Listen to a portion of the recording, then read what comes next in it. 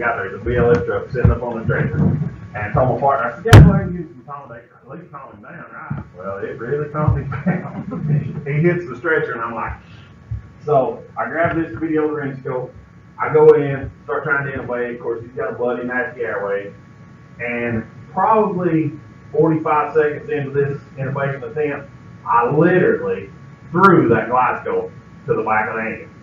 And one of the guys on the truck said, you want me to put that in your bag? I said, I really don't care what you do with it. Didn't care, because I hated its guts.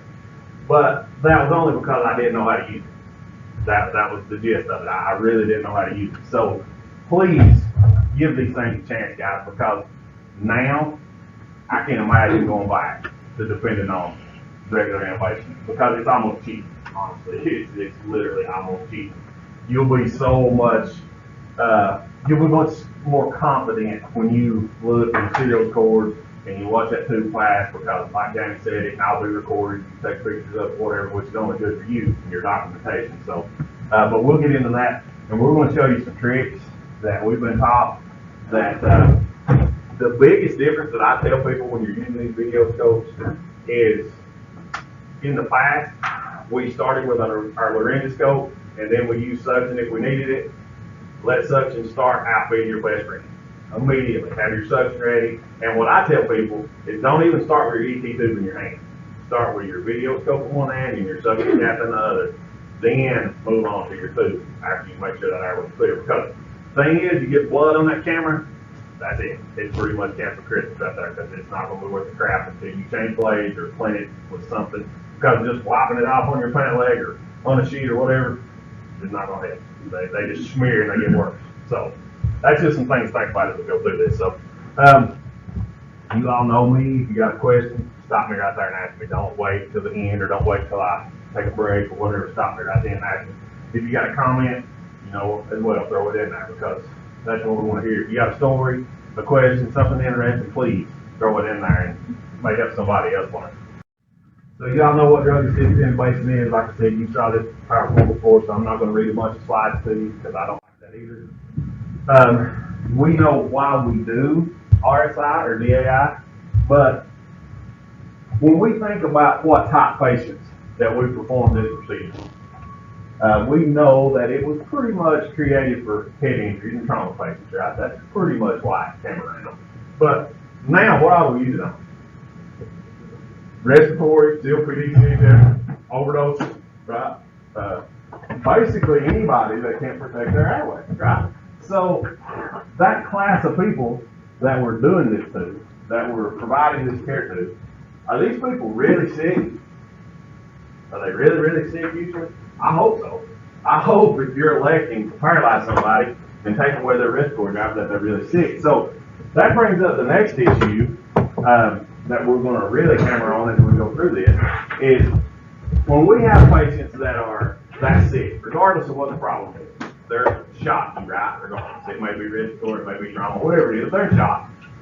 When we give these medications that's on your protocol, that's on that list, especially those sedatives, what are they designed to do? What are they for? Why do we give sedation other than just being a hypnotic? What does that medication do to the body? We know when we're in a stressful situation or when we're in shock, we compensate, right? We compensate because our body has compensatory mechanisms. That's how it works. But what does those sedatives do to those compensatory mechanisms? They relax. Takes them away. They're gone. So if you've got a patient that's, let's say they're in hypovolemic shock, and they've got a tachycardic rate of 120, and their pressure's maybe a little low, and we think, oh my gosh, we got to take their airway, they're not breathing good, and we administer a sedative to them, and we wipe away that compensatory response of our body, what should we expect to happen to that patient? They're going to die. That's what's about to happen. They're about to die. And we've done this for years, Randy. We was taught for years, it don't matter, give them suction to them, right? And then we'll worry about everything else later. That's how Dr. Wilson taught us 100 years ago. Yeah, give them suction to them, don't worry about it, we'll worry about everything else later. We've kind of evolved from that. We've kind of moved past that now. So we've got to understand their meds, we've got to understand how they work, why they work, and especially what they do to these unstable patients that we're providing this treatment for. Now, if we were in surgery where all of our patients come in, they've been MPO for 12 hours, you know, they've been through a cardiac screen, they've been to the renal doctor, they've been to everybody in the country to make sure they're perfectly healthy before they come in. Probably not going to really matter what we do, right? We don't have those patients. That's not the people that we're dealing with. So we want to make sure that we understand. We know what DAI can do for us. We know it protects against that sympathetic response that we get when we cram a laryngoscope in somebody's vallecula, right? Because they're going to fail down. That's what they do. So we try to protect from that. Get rid of that gag reflex tile, ICP spikes, all this stuff we'll talk about as we move through. Some more things we can do for us. We've already talked about that. So why not? Why would you decide not to perform this procedure on someone? What's your personal reason that you wouldn't want to do? They don't need it. They don't need it. Please, let that be number one. They just don't need it. There's 100 other ways we can manage them, especially when we talk about respiratory patients. Because what happens with these little COPDers, these 95-year-old grandmas that we go out, they're barrel chested, they're tripoding, you know, they're retaining like crap, and we're like, oh, let's just take them down. Let's just arch them and take them down. What's probably happening to grandma? What'd you just do for her? She never comes back. Right. You just scheduled her funeral, right? That's what you did. Yeah, most of the time. So if there's other ways that we can manage these people, I'm sure you all have done some type of CPAP, BiPAP, whatever now. That's a great resource to have. Can we use a mild form of drug-assisted ventilation for those patients? You ever thought about that term? Drug-assisted ventilation versus drug-assisted intubation? Well, how do those grandmas usually present? When you go out and pick them up, they're short of breath, they're barrel chested, they're tripoding, they're all nervous, right? They're anxious, they're tachypnic, they're breathing 40 times a minute. You know, that's what's happening. Their heart rate's up.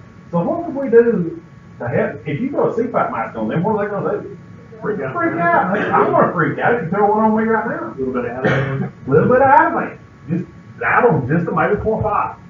You know, what's it going to hurt? It's going to calm them down. Hopefully, we don't have to move into that drug-assisted intubation stage. But if we do, we're kind of prepped for that, right? We've already started with a benzo, which we're going to have to use more of those. We've already started with some pre-oxygenation if we got that mask on. So we're already helping ourselves. So that's just some things to think about. What's some other reasons that you might not want to do it personally? There's no wrong answers. They look like they have an impossible airway. Impossible airway, and we talked about that. No neck. Maybe some type of big subglottic goiter or some subglottic edema. What about burn patients? Those freak you out a little bit, maybe? Yeah. Smell that. Yeah, they smell bad, they do, and they don't breathe really well sometimes. What about somebody that's experienced trauma to the airway or to the throat area? This guy that I just told you about just a minute ago, when I threw our endoscope to the back of the truck, he took a handlebar right across here on the floor. And he looked perfectly fine when I was looking at him externally. When I went in with that endoscope, there was nothing. 20 plus years of doing this, that's the first patient I ever tried to intubate where I didn't see anything except a big old bunch of blopped up meat and hamburger meat. That's what it looked like. So yeah, them kind of people maybe freak you out just a little bit. What about peds? Yeah, what about epiglottitis for peds? I know most of you that's been doing this for any amount of time, you've been intubated kids. We're not talking about epiglottitis kids here, just regular kids that are sick. Those intubations typically, as far as the anatomy goes, they're not so hard, are they? What happens usually with kids? What happens to them? Yeah, it's more of a mental thing. It's the stress, because I don't care how long you do this. There's nobody ever going to tell me you're comfortable intubating a kid. You might be okay with it, you might be able to handle it well, but that don't mean you're good with it. So yeah, that's extra stress. So that's some things to take into consideration why we wouldn't do it. Some other things I still list on your provider makeup because some services still require 2 medics. Some require an additional responding medic if they're available, different things, but that's why I leave that up there. I heard Danny, and I thought that was interesting when it came in, and I was actually proud to hear him say that you guys have talked about wanting additional training. Guys, that's great. Hound the crap out of these guys. If there's something you want, hound the crap out of them till you get it. Because who's going to ultimately suffer for your lack of training? The patient. The next person that's going to suffer will be you. The next person that's going to suffer, it's going to be a long time really before these guys suffer. So pound the crap out of them until they get your training, and they will. I promise they will. Stay after them. What about your backup airway? I think last time we talked about this. Y'all done King, is that right? Or Combi 2, LMA, whatever, it doesn't matter. Just make sure you got something, right? And I'm sure y'all heard me preach about this last time. This is one of my pet peeves that I get on. If you're doing DAI, there's no excuse that you shouldn't be doing surgical crap. That's my opinion, but that's how I see it. If anybody is going to put the liability on you to administer a paralytic to someone that completely take away their respiratory drive, then there's no reason you shouldn't have every tool available to you to fix that problem if it comes to that. I think everybody would agree with it. We don't want to do them, but I would sure hate to be in that position, and I've tried everything else that will not work, and well, I can't do a surgical crack. I know how. I'm trained. I saw them done, but I'm not allowed to do it. That would suck big time. So again, just my opinion. We talked about airway abnormalities. What about comfort level and experience? And you don't have to admit to this if you don't want to, but how many times have you ever been out maybe in the middle of nowhere, out on Fish Hatchery or somewhere way out in the county, by yourself, you and an EMT, no other medic for miles, and you've got this patient you're fixing to have to RSI? Get a little bit of a pucker sometimes? Yeah, there's no doctor in the next room. Randy, you don't even count. You just don't even answer the question. You don't even count. So from now on, all questions is directed at everybody except Randy. It doesn't matter anymore. He don't feel, you know, when you're 20 years plus in, you don't even feel anymore. You just whatever. Don't matter. But yeah, you can get the pucker factor because anesthesia is just not right down the hall, right? Can't pick up a phone call those guys in there. You don't have 25 residents standing here that's ready to do that for you. It's you, and that's it. So yeah, something to think about. So we went through this same case study last time. It's not changed, but we use it as a discussion point as we go through the lecture. 37-year-old MVC struck a tree at a high rate of speed upon your arrival. Found the patient lying supine in the roadway. First responders are attempting to assist ventilation. Your initial vital signs are BP is 88 over 42, heart rate 122, respiratory is 8, 15 with assistance, and your SATs are 81% with GCS of 5. He's unresponsive to verbal, maybe responds to some of the pain. So, what's your concern? He's starting to decompensate. Right, he's already starting to decompensate. His pressure's already starting to tank a little bit. His heart rate's up. It's a red flag to me when I see first responders giving BVM ventilation, because to me a million questions start going through my head. Are they doing it right? Are they going in? Have they filled the belly full of air? Which, yeah, they have. You know, there's a million questions that start going through my head. What else? Do you think he's already, just based off what I told you right here, chief candidate, that we're going to take his airway? Well, yeah, because we're kind of in an airway lecture, so yeah. But other than that, if I would have just told you this randomly, you would have still said yes. We're going to have to take his airway. So this is the type patient that I'm talking about when I talk about those patients that are compensating or they're trying to still compensate. We have to be so careful in what medications that we choose to give these patients. Because I've had this happen. I'm not telling you this because I've heard it or because I've read it. I'm telling you because this has happened to me multiple times over the years, especially before we do that. You have this patient, our job, give them 5 Versed, 100 sucks, tube them, and then give them some Northern. That's what we did for so many years. But when you think about what Versed does and what we've already discussed, that Versed and all these settings we do, what's going to happen to this guy when I load him up with 5 milligrams of Versed and I take away the little bit of compensatory response that he still has? Pressure's good. Pressure's going to tank. He's going to die. That's what's about to happen. And then I'm going to be sitting here saying, I did everything just like I was supposed to do. What happened? No, I didn't do everything like I was supposed to do. I should have first looked at my patient. Now, for many years, we've all got really good at pre-oxygenating our patients. I think everybody agrees with that. That's been preached to us since we were that tall, right? Pre-oxygenate, pre-oxygenate, pre-oxygenate. Before we do anything, pre-oxygenate. We used to, when I was in EMT school a long time ago, every airway maneuver that we did, regardless of what it was, suction, combi tube, oral airway, whatever, we hyperventilated for 30 to 60 seconds. Then that's what we were told to do, hyperventilate for 30 to 60 seconds. Well, we had to get away from that nasty word, hyperventilation. We can't say that word anymore. So now we say hyperoxygenate. But when you look back, was we really that far off? No, we were probably closer than what we were for several years in between then and now.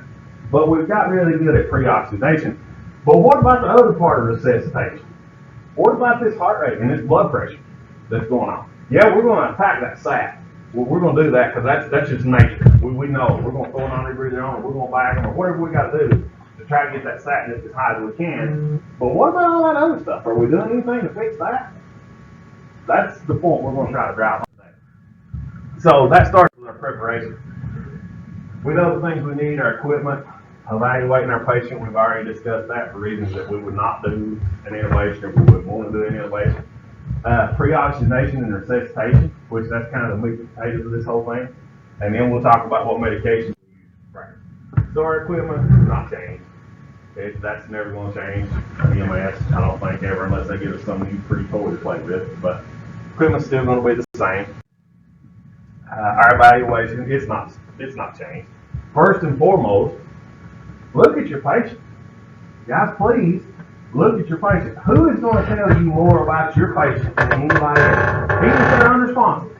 Who's going to tell you more about your patient than anybody else?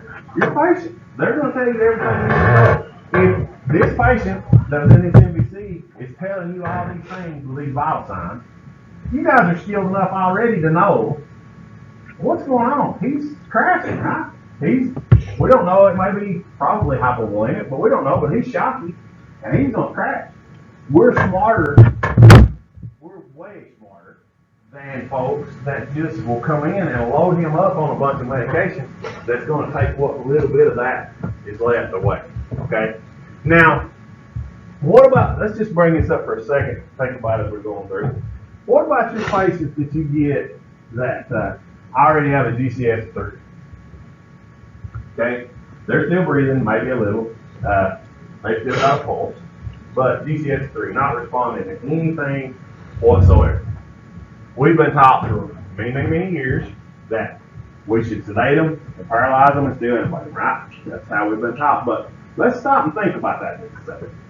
Is it always going to be necessary to load a patient up with a GCS-3 with as much sedation? Now, we still want to sedate these people. Don't ever take away that Allendale told you not to sedate, because I'll never tell you that.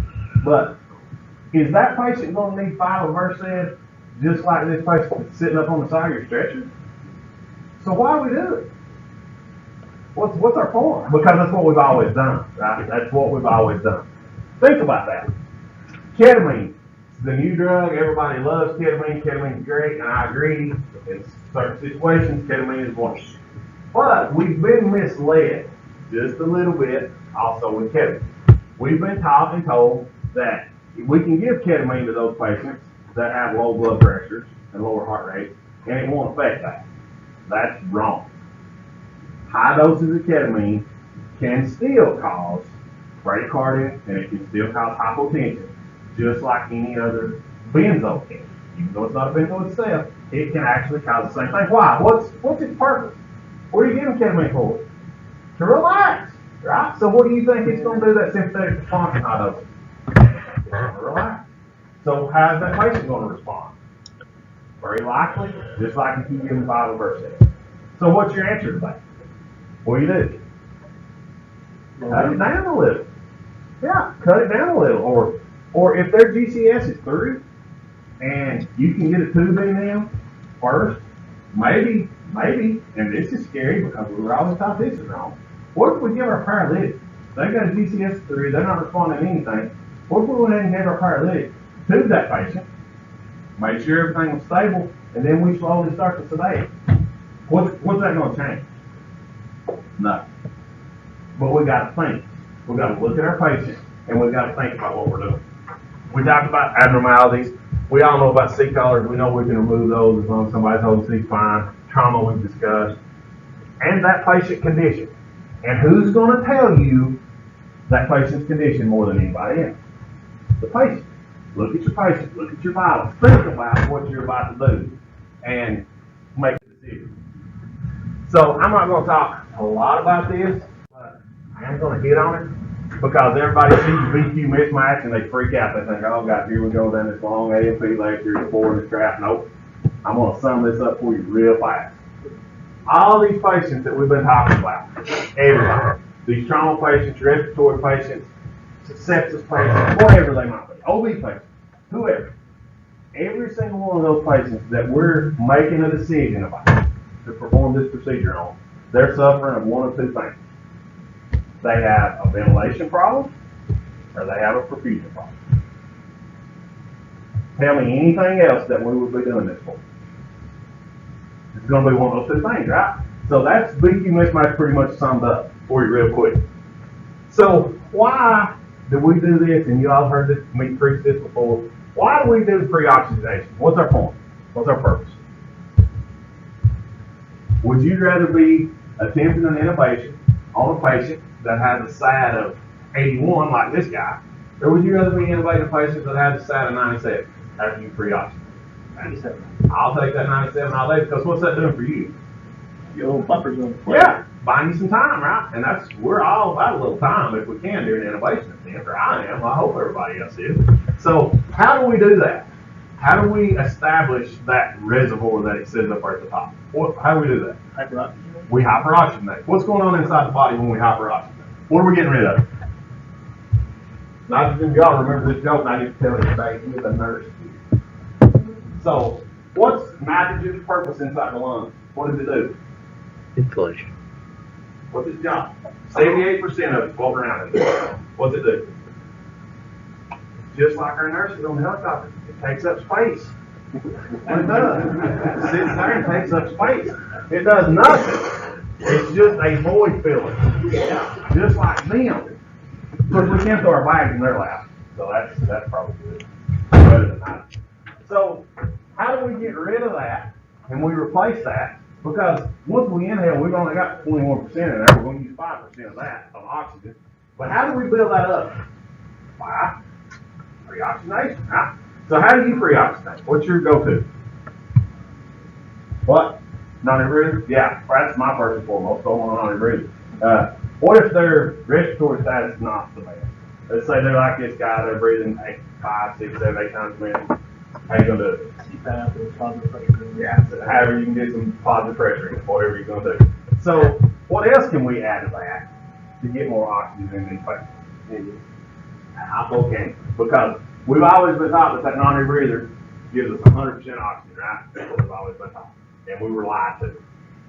Horrible, horrible lie that they told us. Non-rebreathers do not deliver 100% oxygen. They deliver about 90 if you're lucky. About 90. Because when they exhale, there's going to be so much CO2 left in that mask. Those little inhalation ports on the side, they don't all go out those exhalation ports. So how do we deliver 100% oxygen with the exception of a vent and an ET tube? What's the other way we can do it? Without hot blow cannula. Stick that cannula in their nose and crank it wide open. I don't know how high your flow meters go in your truck. I've seen some go to 25. If I'm pre-oxygenating somebody and I need them up fast, you know where mine's going to be set? 25. If I had 50, guess where it would go? I mean, it'd be like a cobra dancing around. But I'm going to get as much oxygen as I can get in that patient. Is that going to prevent me from using a non-rebreather? Is that going to prevent me from using a BBM? CPAP? Is that going to prevent me from using any other type of pre-oxygenation? No, it'll still work. Throw that thing in there and use it. And we're going to utilize it more here in just a second. My goal, and I think I told you this before the last time I was here, my goal every time that I perform this procedure, from the time I start to the time my ET tube's in place, my goal is to never squeeze that BDM until that ET tube's in place. You think I'm a little bit crazy? No, because what does BDM ventilation go on? What do they do? Think about this. When we take a breath, sitting here right now, we take a breath. The pressure on the inside of our chest goes to a negative state, right? Pushes the tube out. That, he can do that. But it's a negative, just under normal respiratory circumstances. Negative pressure inside the chest, air flows in. Positive pressure inside, it flows out. What happens when we start delivering these? What changes? Positive pressure in. Positive pressure is going in. We change the morphology of how our lungs work. So let's say we've got this patient that our case study is about. His pressure is already 88 systolic. And I start adding positive pressure ventilation inside his lungs. What's that going to do to his heart? Because we all know the chest is full, right? There's no empty space inside the chest. His heart, lungs, vessels, something. There's not a lot of extra space. So what happens when I start hyperinflating those lungs with positive pressure? What's going to happen to the heart? It's going to squeeze it. What happens to the preload? And what happens to our blood pressure when we do that? Another way that we're going to take away some of that change and some of that compensation inside our body.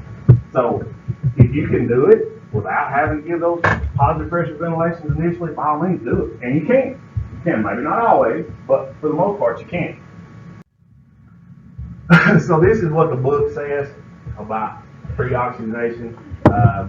Says 100% or 15 liters by O2 by non-rebreather and 6 liters by cannula for 4 to 8 vital capacity breaths. Well, here's the problem with that. If I'm performing this procedure on somebody, I highly doubt that they can do vital capacity breaths.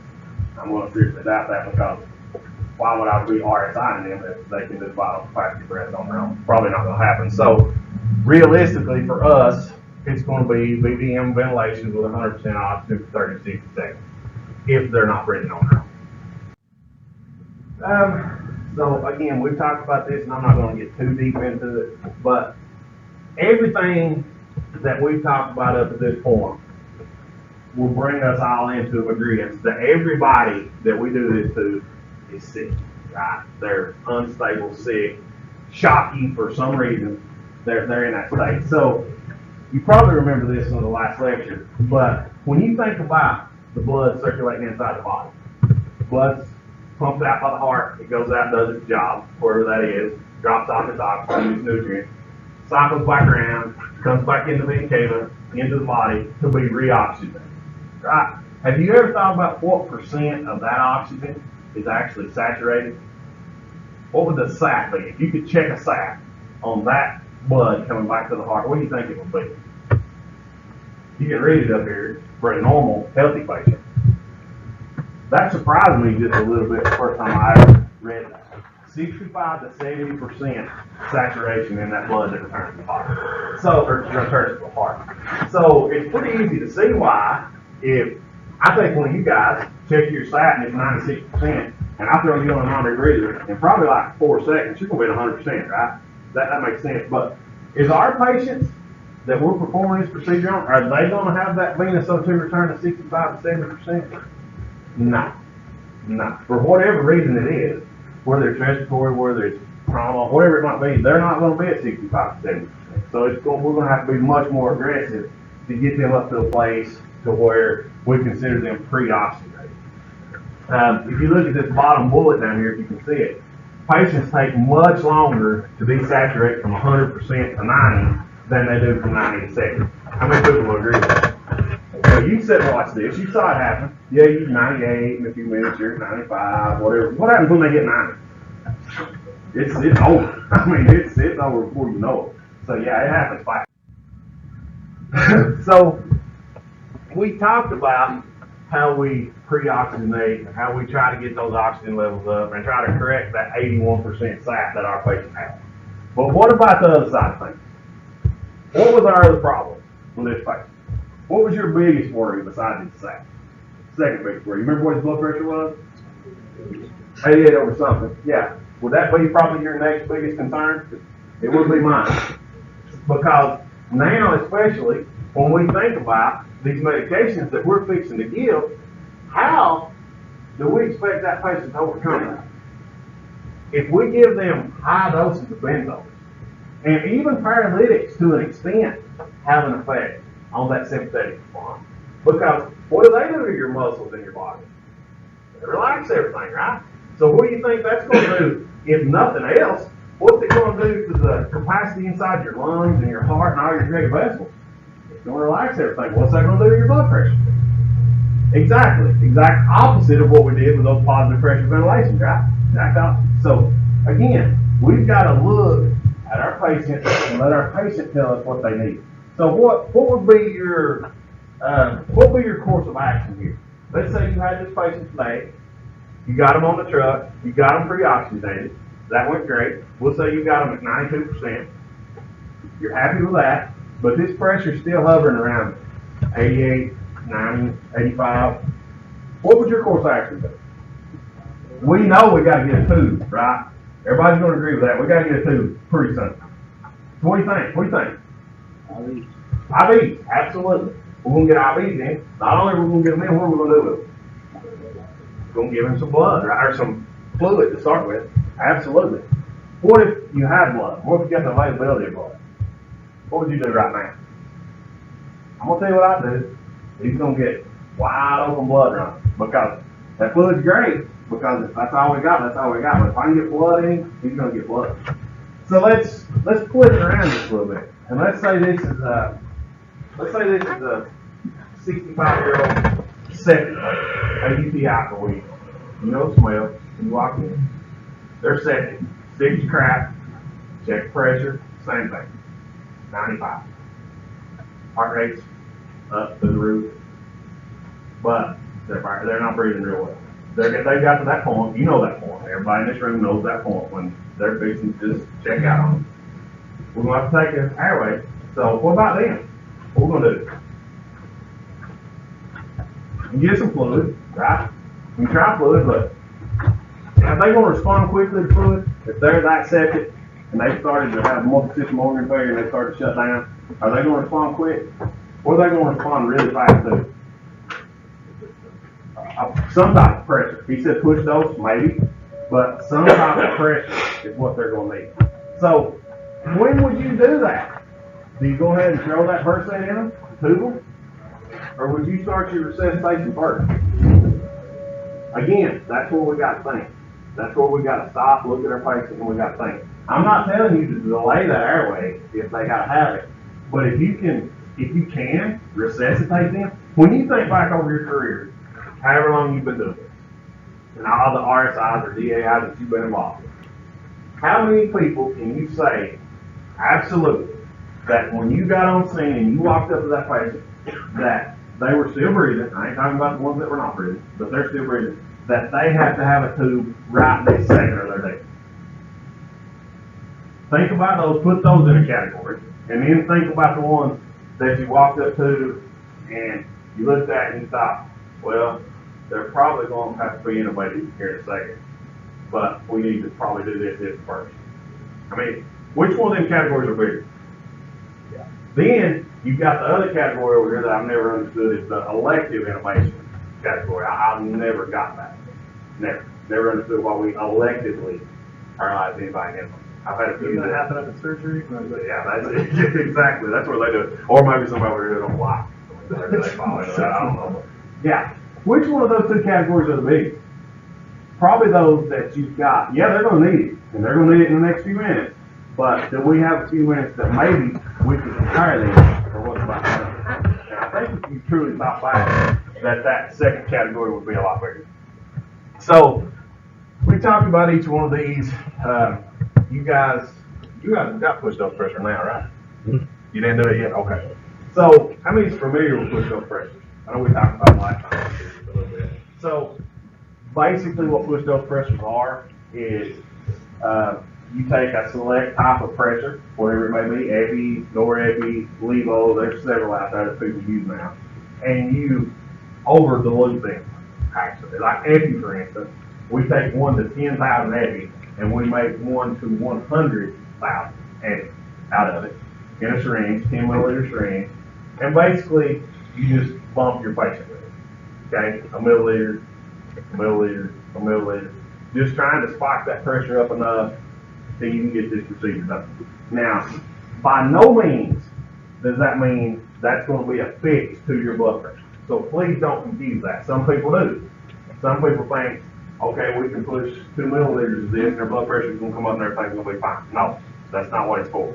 It's a bridge, okay? It's getting you from here to an intubated patient is what it's doing. They do this in surgery, and they've done it in surgery for years. And it's something that's just kind of trickled down into emergency care now. But it's a great tool. But what if you don't have that tool? What are you going to have to do? Start pressure. Come on, guys. You know the answer to this. You want to start whatever pressure you have, right? What y'all carry? Dopamine sugar. Levofed. Levofed. And for this septic patient, that would be the best thing you could do for them. And if you get it started and you see any change at all, if you took a 85 pressure up to a 90 pressure, at least we're heading in the right direction, right? Before we start loading them up on these medications. Now go back to the setting with the septic patient. That's sick as crap, just like we think. Are you going to load them up with 5 Versed, just like you would anybody else? What's the patient telling you to do? Nope. Because how are they probably going to respond? Not well, right? So think about what you're doing. Now, does that mean I can't give them 2.5 right now? And then once we get them stabilized, we get them blood pressure up, we get them looking good, we can hit them with another 2.5. Or whatever we need to do, whatever they tell us that they need, that's what we want to do. But I think you'd be surprised sometimes how we can get by with smaller amounts of sedation. And again, I'll never tell you not to sedate. I'll never tell you not to appropriately sedate. Because if your patient's telling you they need sedation, guess what you need to do? You need to sedate.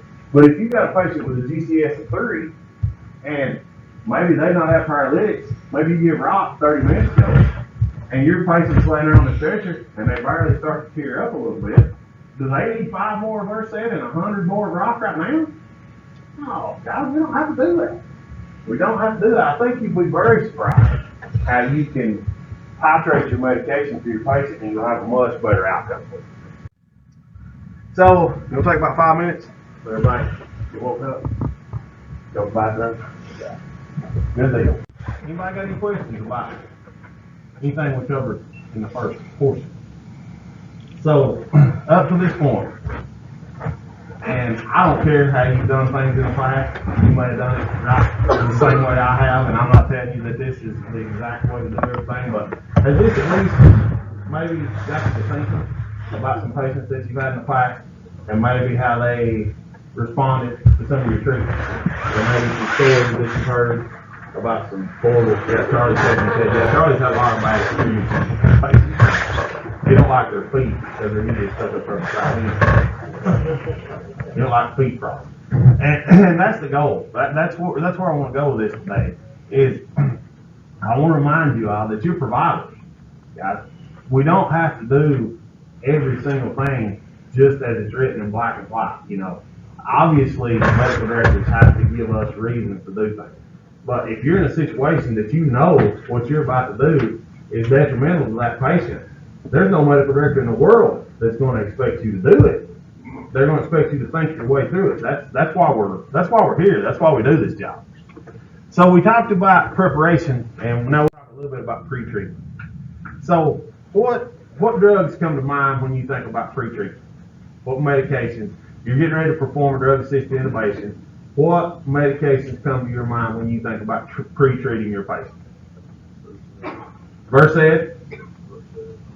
Even before that, well, even before Versed, even before paralytic, even before any of that. Do you ever think about actual preparation type medications before we even get to those induction methods? What about opiates? What about some type of pain management for this patient right now? How could that be a benefit to you? Before we ever start getting any drugs ready to actually intubate, just let's say some fentanyl. How could that be a benefit to you in this patient right now? Do what? We don't have any. Huh? We'll say morphine. Whatever you got. We don't have any. We've been on back order for everything. Whenever it gets here. You heard something today? We can hold our hands. We can hold hands and give them pause. Here's your tablecloth to chew on, or washcloth or something. That's all you get. Yeah, so you're going to give them some verbal condolences. Cry to the hand together. Well, let's say in a perfect world that you had something. How could that be a benefit to you and your patient right now? Decreases their anxiety. That's number one. Why do we give pain medication anyway? I can feel that. Pain. Yeah, that's why we give it. So that's something maybe we can consider. I looked on your protocol there just a minute ago, and it still talks about giving a defasciculating dose of a paralytic before you give succinylcholine. How many of you do that? How many of you actually do that? because that's debatable on whether it actually works or not. Most protocols still have it in there before sucks because it does hopefully help prevent some fasciculations out of your patient. And I've never saw that before. I saw that you all have rock in there as a defasciculating agent. Randy brought it up to my attention there just a minute ago, and I've never saw rock used as a defasciculating paralytic before. That's brand new to me. Now, I mean, my question was, if you're going to give it as a defasciculating dose, why not just give it? Because it's making the matters way more complicated than what they need to be when you include the defasciculating dose in it. But that's the thing, because if you're going to use rock as a defasciculating dose, just give your rock. That's kind of, but whatever the medical director wants. But this would be a time to start considering that defasciculating agent. And why do we do that? What does succinylcholine do that causes muscle fasciculation inside the body? What's going on? What is succinylcholine classified as? It's a depolarizing neuromuscular blocking agent, right? So when it depolarizes, what does it do inside the body? What does it do in that neuromuscular junction inside the body? switching off those gated ion Yeah, channels. it shoves it all into the muscles or the nerve or whatever, right? And what happens to those nerves when all those neuromuscular transmitters, what happens when they all shift to one side? What happens to your muscles? Twitch. Right, we twitch, or basically we have a seizure, right? For the most part, sometimes, maybe not quite as violent, but they will. So when we get this decirculating dose, that paralytic actually binds to those receptors, and it prevents that swoosh of all those neurotransmitters going to one side. So that's why we give a decirculating agent. Typically, you see Northrone or Nimbex, Beck used as your decirculating paralytic. So I don't. That'd be a question for your medical director. Why he went that way? I don't. The big importance for that is long bone fractures. That's really the main reason why that they're super concerned about it. Because if you've got two femur ends together beating off of each other because the muscle's twitching, you're going to make things worse, neurovascular compromise because you lacerated an artery or something. And that makes good sense. You know, if you get in that situation, that it makes good sense to try to prevent those. But have you ever gave a decirculating dose and it didn't work? I'll give it. It just didn't do anything. They still circulated just like they did without the decirculating dose. So, yeah, be prepared for that either way. Sometimes some medications that we can give can help prevent bronchial spasms, which is obviously good if we're trying to ventilate someone, and we talk about the muscle circulation. So this is a good mnemonic to remember if you're doing this pre-treatment. I didn't see lidocaine. Is it still in there? Overlook it. No, it's not in there. Okay. We gave lidocaine for many years to help prevent that ICP spike that happens during intubation. It was never actually proven that it worked. It was just one of those things that it should work, but it was kind of like if you think about them class 2B drugs and ACLS, you know, the ones I'm talking about that, well, we really don't know that it's going to work, but let's just try and see kind of drug. That's kind of why we did that. But going back to your opioids that you use, fentanyl will prevent that ICP spike. It's been proven to prevent that ICP spike. So that's just yet another good reason to pre-medicate your patient with a little dose of fentanyl before you ever get into this process. Just something else to think about. If you use etomidate as an induction agent, it'll do the same thing. So that'll help with that too. So the actual induction itself. So now that we've thought about all these drugs and what effects they have on the body and how they can completely deplete your body of their sympathetic response, let's go back to our case study. Let's go back to our blood pressure of 88. Go back to our heart rate of, 125, somewhere in there. Let's go back to him.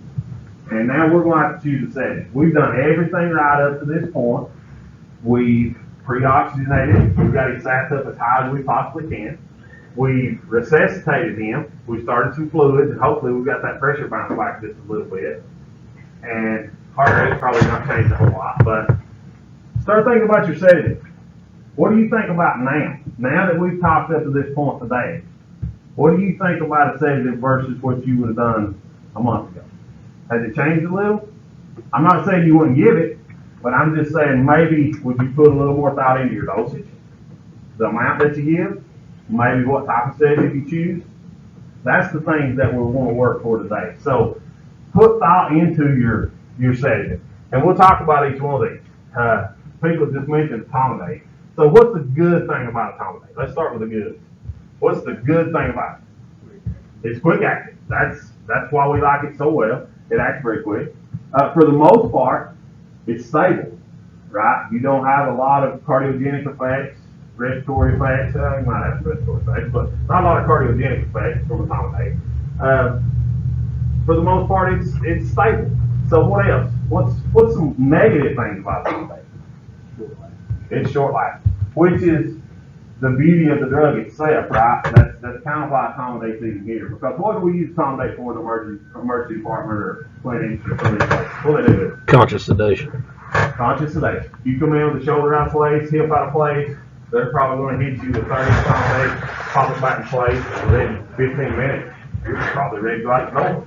That's the beautiful part of it. However, in our world, that can be a bad thing. Why is that a bad thing? They wake Well, You're with us for a little bit. yeah, here's the bad thing. Here's what's going to happen. And it happens way more than we care to think about. You're going to give your etomidate, you're going to give your paralytic, you're going to tube your patient. Great job, everything's good so far. And then we're going to get into everything else that's going on. Let's confirm our tube placement. Let's listen. Okay, let's get this tube secured. We're going to do anything with that open finger down there.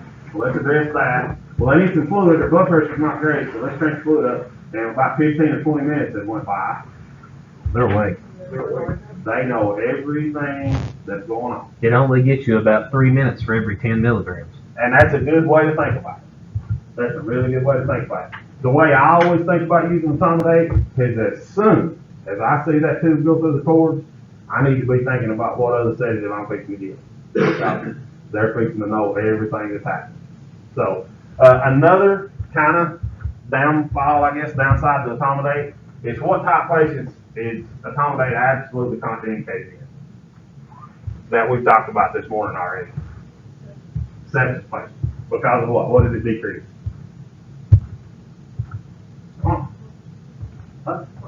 No, not good. Your body's own autoimmune response to things. It decreases your body's immune system. Decreases cortisol production.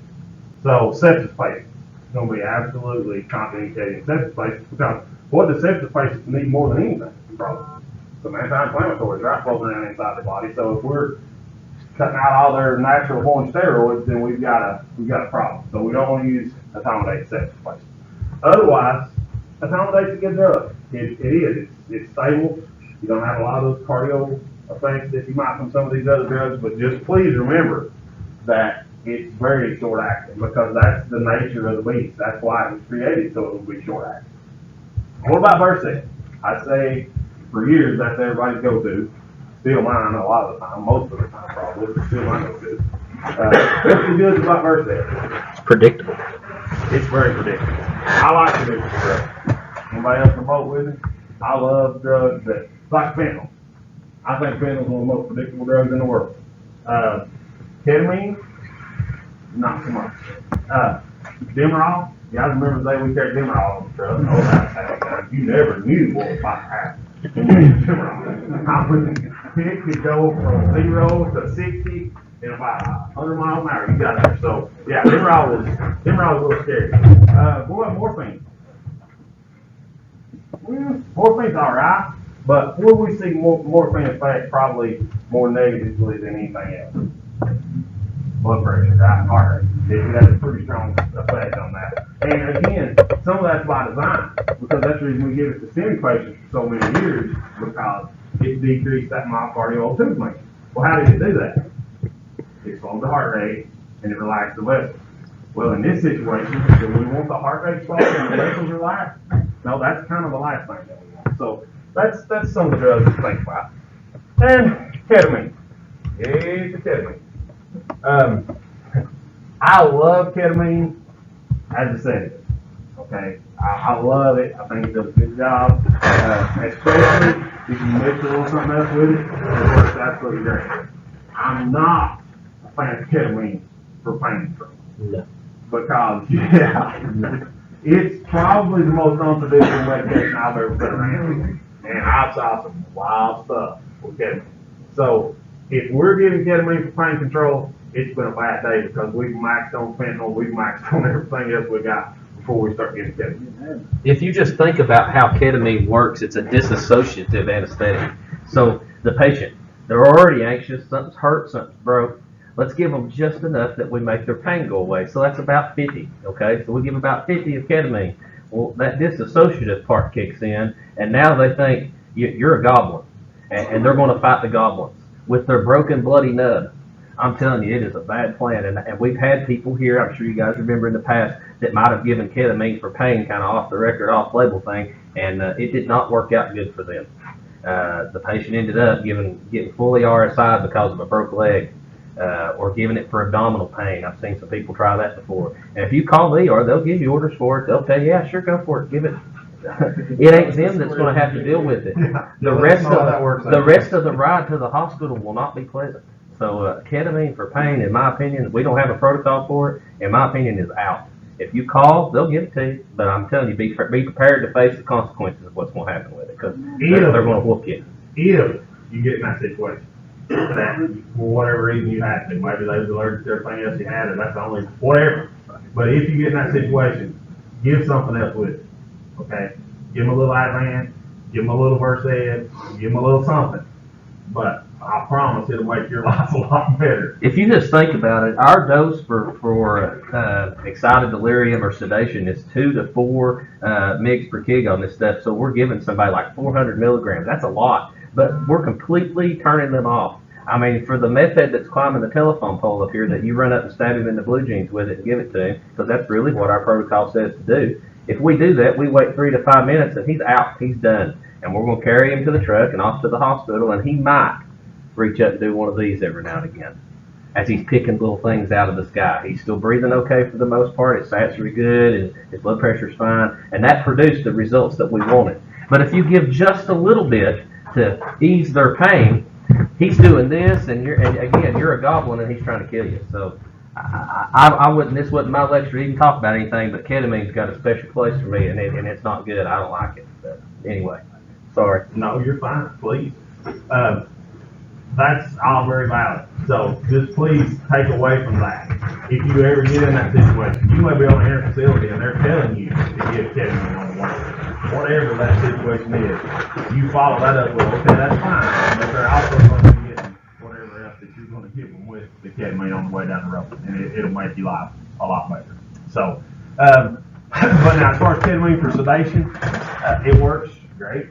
It works fine. The only issues that I saw with this, and this was an actual call that we had at our base with Kim Berry. She was on this call, as a matter of fact.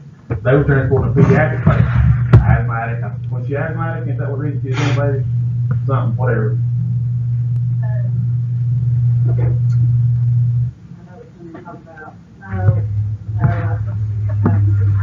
Well, anyway, it's irrelevant why, but anyway, she was intubated, and they was giving ketamine. They was giving an appropriate dose of ketamine, just like they were supposed to. And all of a sudden, this kid sits up on the stretcher, pulls her ET tube out, turns around sideways on the stretcher, and starts trying to kick the windows out of the aircraft. Like that. It wasn't, oh, she's coming up.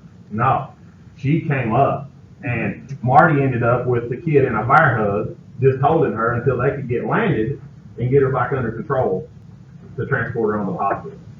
So, yeah, then there's that. So, stuff does happen with this medication. So, ketamine can be good in its place, but it's not my favorite drug. But, you know, you gotta use what you gotta use sometimes.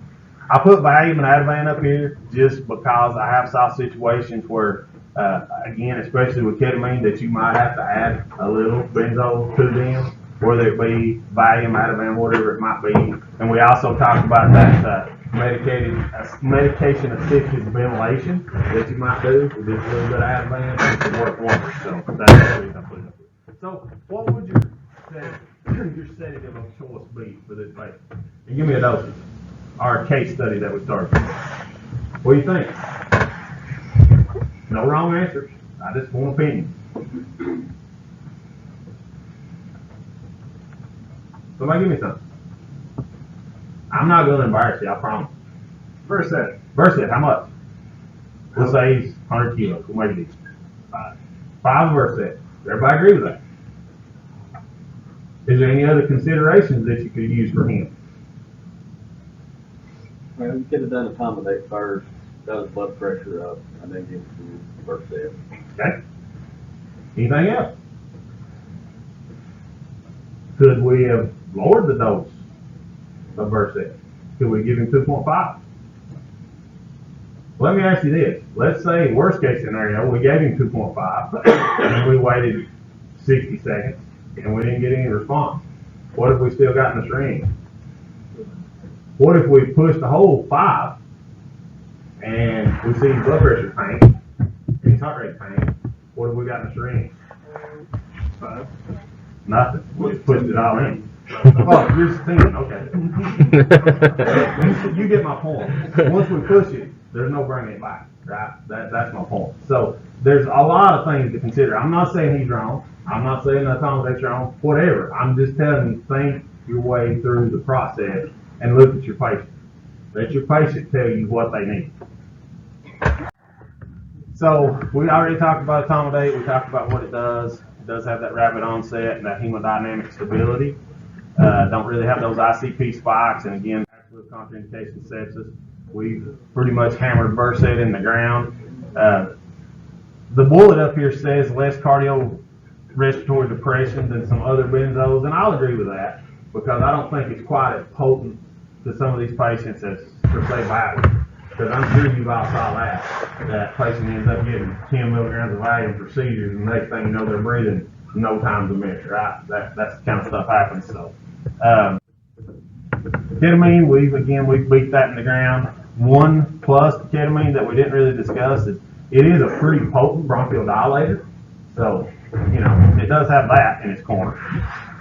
Old data and still some data that you read would tell you to use caution with ischemic head and ischemic heart because the majority of these patients, and I'm sure you saw this, the majority of patients that get ketamine, I don't care what dosage you give. If it's a sedative dose, if it's a pain dose, whatever you give it for, they're going to have a short spike in blood pressure for a few seconds, sometimes maybe for a couple minutes. That blood pressure is going to shoot up, and usually their heart rate will too. Unfortunately, sometimes that can be followed by the other response, especially if it's high dose ketamine, that you can see that blood pressure go low and you can see the heart rate fall. So what about your paralytic? And this topic can go on all day because most of the older people, they're going to tell me they're going to go with Sucks and Beck or Norcuron or whatever it is. That's not a wrong answer. Some of the newer people is going to say they're going to go with rock and rock only. That's not a wrong answer. So with this guy, what would your choice be? And tell me what should you take into consideration before you give that drug that you're going to give. Somebody give me a choice to start with.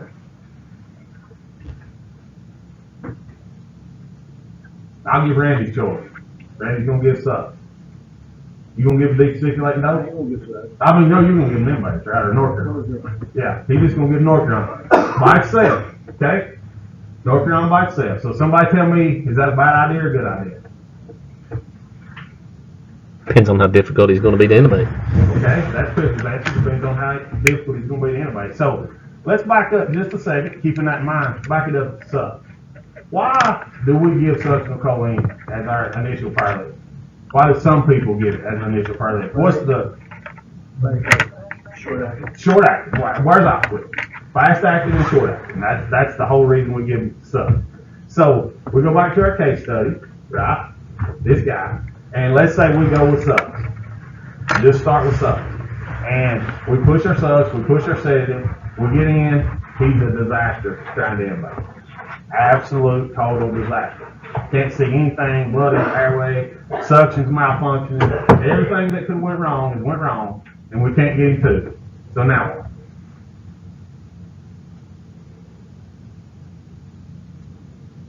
what? We get it, we gotta do something. Now what? Just ventilate. Ventilate with basic airway adjuncts. Fuckers so hard I beg it out on the floor. Okay, let's say we can't. He's not ventilating. He's not taking BBM ventilation. He's all swollen in here. We'll say it's that handlebar I got across the throat.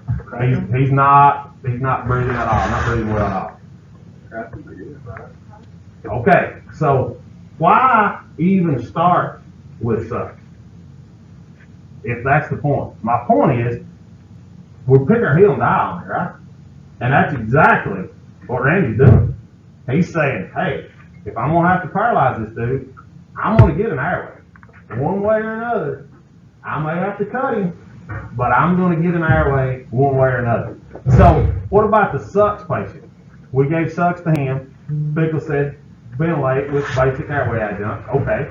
He wakes up 35 minutes, because that's the beauty of sucks, right? He's gonna wake up, and he's gonna wake up in 35 minutes. He's gonna wake up, and what's gonna happen? Besides he's gonna wake up, he's gonna be back in a worse condition than he was before we ever started. So that's justifying exactly what Randy just did. Same thing with rock. You give rock's gonna last 20 to 30 minutes, but again, do you want your patient waking up in 35 minutes? If you have made this decision, I'm going to take their airway. They're so sick, so unstable, whatever their problem is, they're about to die, I'm going to take their airway. Do you want them waking up in 35 minutes?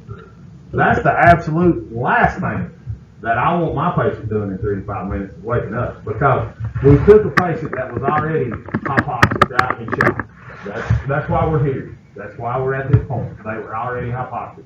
We give them a medication that's knocked out their respiratory drive for 35 minutes. And let's say you're one of the best at BVM ventilation. You're one of the best that's ever done it. How adequate do you think those ventilations are still going to be with this patient? Let's say some of them are going in. Do you think he's going to wake up in better shape than he went to sleep in? He's going to be worse, right? So now what are you going to do when he wakes up? We're right back to square one, except we have a sicker patient than we had from the get-go. You see where I'm going with this? I'm not saying that sucks is the wrong answer. Please don't think I'm saying sucks is the wrong answer. I'm just telling you to think about this stuff before you get into this situation. Because, again, just like Randy's been doing this long enough, I'm getting an airway. And that's kind of the mentality we've got to have. Once we make that decision, once we consciously decide we're taking this patient down, we're getting an airway, one way or another. Whatever, it may be a OPA and a BVM, if that's the only thing you can do, but you're going to get an airway one way or another. Everybody agree? Everybody good with that? All right. Any other comments, questions, concerns about paralytics? Now, again, Jamie's going to work, I think, be working on your protocol in the meantime. I don't know about the depolarizing or the defasciculating dose of rock. That's new to me.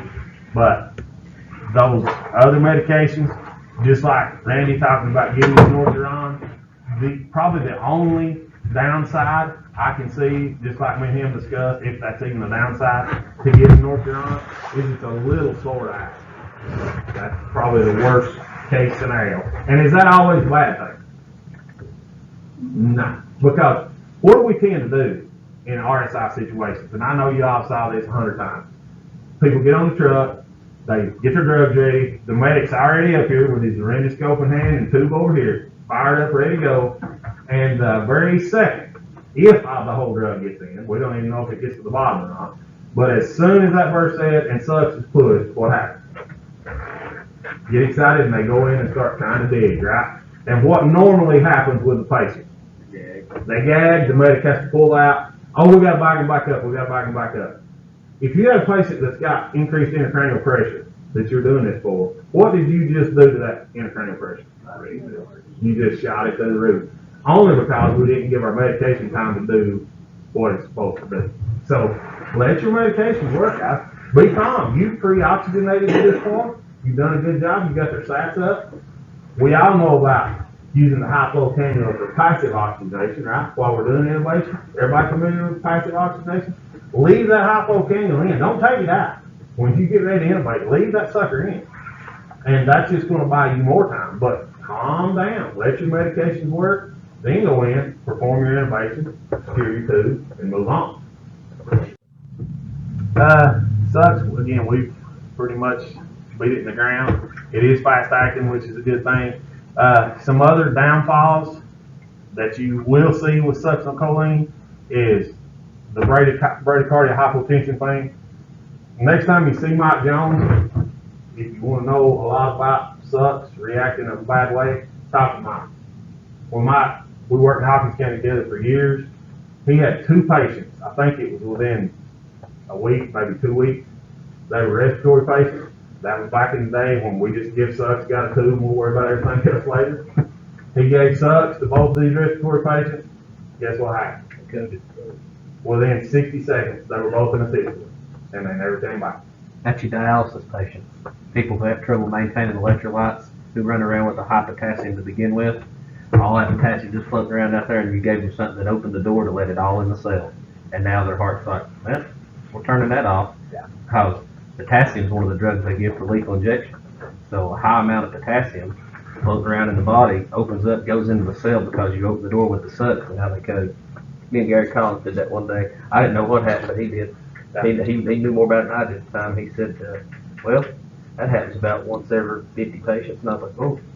I think you may have been a little off on 50 Yeah. because I had it happen to me with a 25-year-old trauma patient, and he was stable other than the fact that he just wanted to maintain his airway. Pressure was good, heart rate was good, and everything. We gave him sedation, everything's fine. We put sucks. That sucks hadn't been in 20 seconds, and had the volume up on the monitor. I was ready to intubate, and I started hearing beep, beep, beep, beep, and I looked over and his rate was like 12. And I was like, shh. Burn patients, Yeah. DKA, Yeah, and all the, any we'll hit on hypothalamus. we'll hit on just exactly what he talked about on this next slide. But we think a lot of times about a potassium increase of being, well, that's not necessarily something we're going to have to deal with. And maybe not, hopefully, if it's those Gary's other 49%, maybe. But somebody is going to have to deal with it. ICU's going to have to deal with it. Somebody's going to have to deal with it. And here's the kicker. If you can read that top bullet up there, a typical, this is not atypical, a typical increase from 0.5 to 5 milliequivalents per kilo per pack. That's huge, guys. 5 milliequivalents per kilo, that is huge. And can immediately send your patient into cardiac arrest because they cannot deal with that. So, again, I hate to bash sucks, but I want y'all to understand, again, when you give these meds, what you're dealing with. So you can see, just like Pickle said, all these patients down here that it's contraindicated in, hyperthermia, malignant hyperthermia patients, skeletal muscle myopathies. What about crushed patients?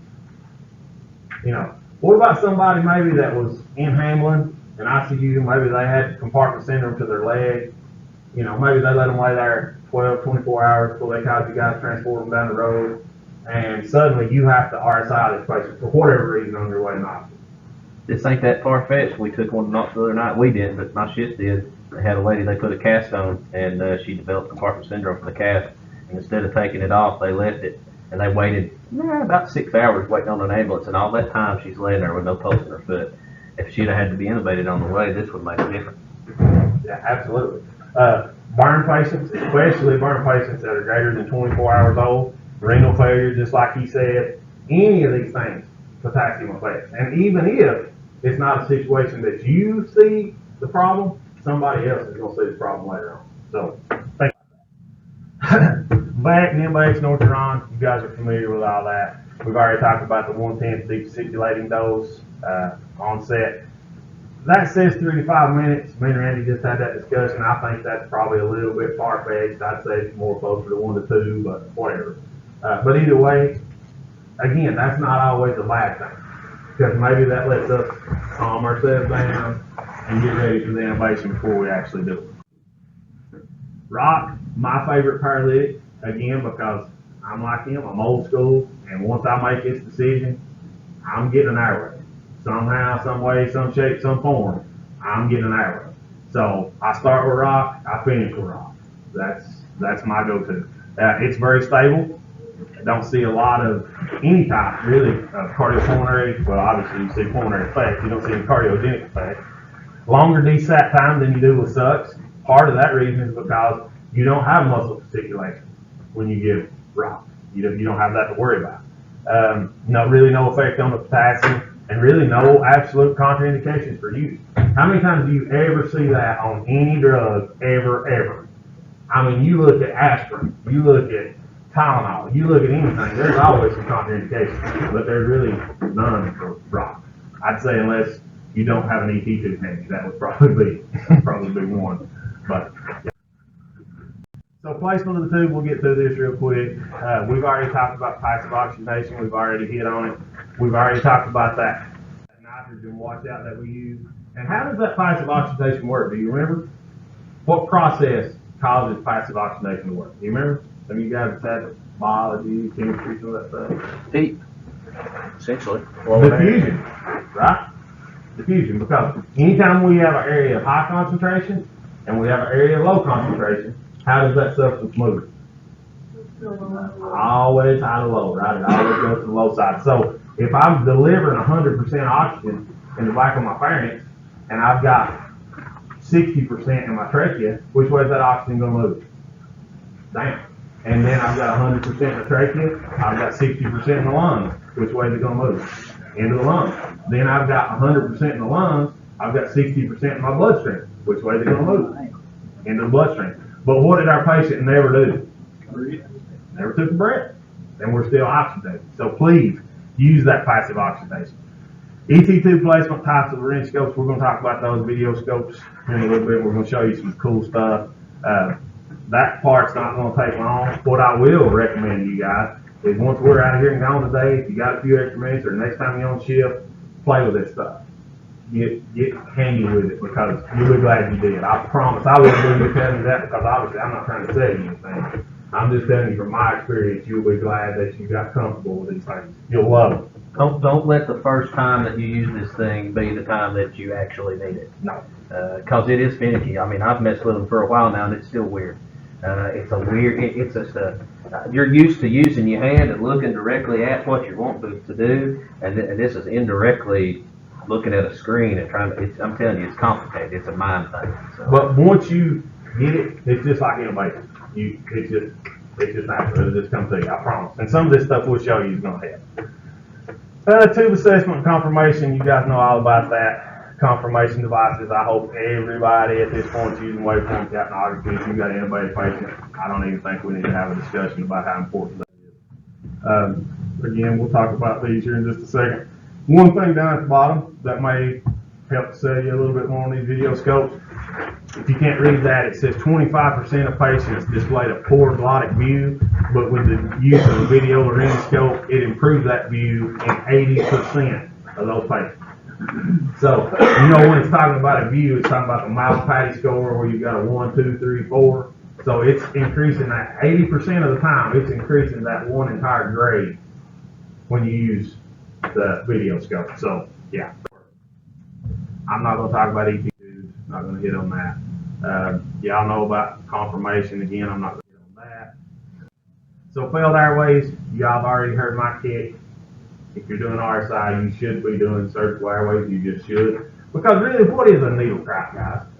Something to buy you a little bit of time to move on to something else. A little bit might even be an understatement. Yeah. I mean, honestly, if you ever wonder how, Try to breathe through a coffee stirrer. or just go there and get you a 14 gauge cap. Yeah. Take the end off of it. And try to breathe. You can get air in. It's the problem is getting air out.